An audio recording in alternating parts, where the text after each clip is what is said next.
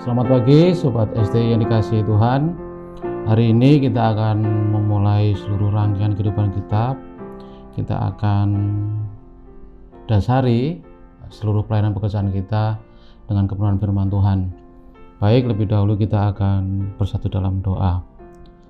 Bapa di surga, kami bersyukur untuk anugerah, kekuatan, kesehatan, sukacita yang kami terima pada pagi hari ini Tuhan. Kami akan memulai seluruh aktivitas kami hanya di dalam kebenaran firman-Mu saja Tuhan. Kami melangkah dan berjalan. Kiranya Engkau menolong setiap kami sehingga kami boleh diberkati melalui renungan pagi hari ini. Di dalam nama Yesus Kristus kami berdoa dan mengucap syukur. Haleluya. Amin. Baik Sobat SD yang dikasihi Tuhan, ada banyak dari kita yang terkadang mengalami kelelahan, bahkan kekalahan di dalam setiap pergumulan kehidupan kita, hanya karena kita lalai meletakkan seluruh pekerjaan pelayanan kita, pergumulan kita di bawah kaki Tuhan. Dan hari ini kita akan belajar dari Tuhan kita, Yesus Kristus, bagaimana ketika Ia melayani di bumi ini, Dia mendasari seluruh pelayanannya di dalam kuasa doa. Kita akan membuka Alkitab kita di dalam Markus pasal yang pertama ayat yang ke-35. Demikian firman Tuhan. Pagi-pagi benar waktu hari masih gelap, Ia bangun dan pergi keluar. Ia pergi ke tempat yang sunyi dan berdoa di sana. Amin. Jadi Kristus ketika Dia akan memulai seluruh pekerjaan pelayanannya dengan segala kesulitan, halangan, rintangan, Dia tidak lupa mencari Bapaknya, mempersembahkan seluruh pergumulannya di bawah kaki Tuhan. Satu hal yang unik ketika Markus mencatat bahwa pilihan waktu Tuhan ketika Dia berdoa. Waktu yang dipilih adalah pagi-pagi benar.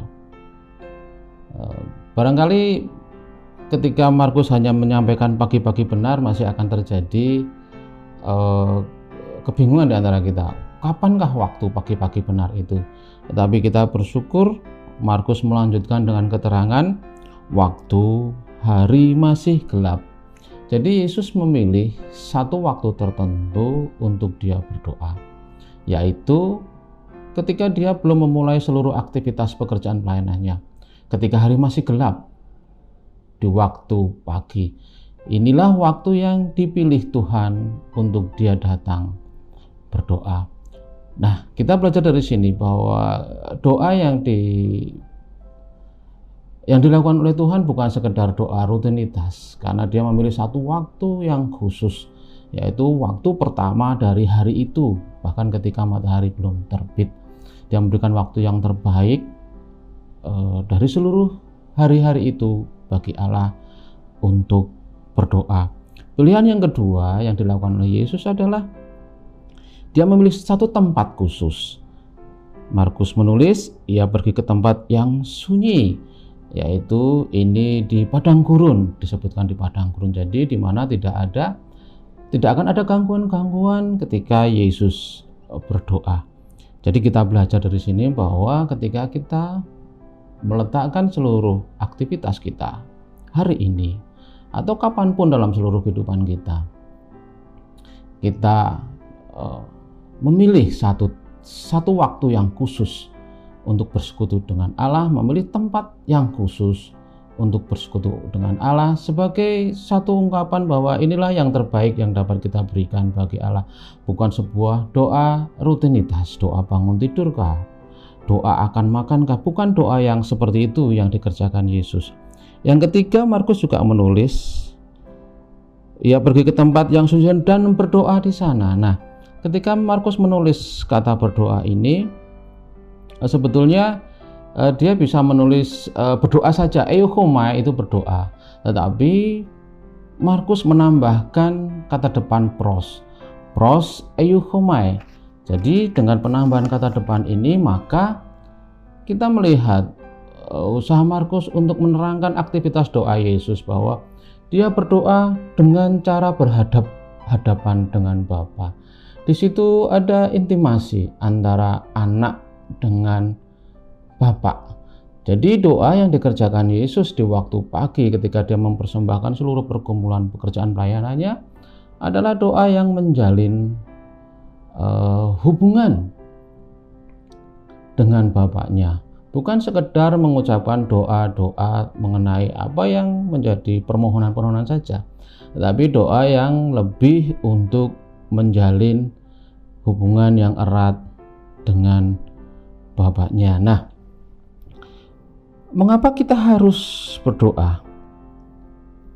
Seperti kita tahu tadi bahwa doa memang membangun hubungan, tetapi doa juga di dalam Filipi 4 ayat 6-7, Paulus menulis, "Janganlah hendaknya kamu khawatir tentang apapun juga, tetapi nyatakanlah dalam segala hal keinginanmu kepada Allah dalam doa dan permohonan dengan ucapan syukur. Damai sejahtera Allah yang melampaui segala akal akan memelihara hati dan pikiranmu dalam Kristus Yesus."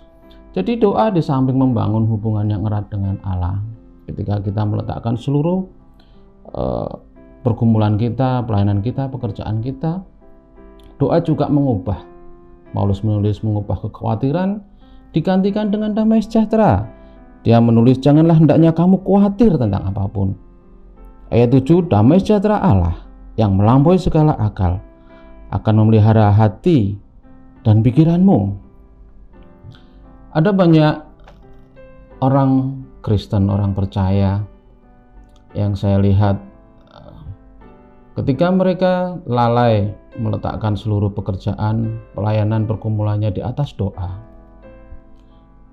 Ada banyak dari mereka yang goyah karena pergumulan. Ada yang kelelahan dan bahkan ada yang kalah. Sebab mereka meletakkan pekerjaan, pelayanan, pergumulannya di atas kekuatan mereka sendiri. Yang kita tahu kekuatan kita terbatas.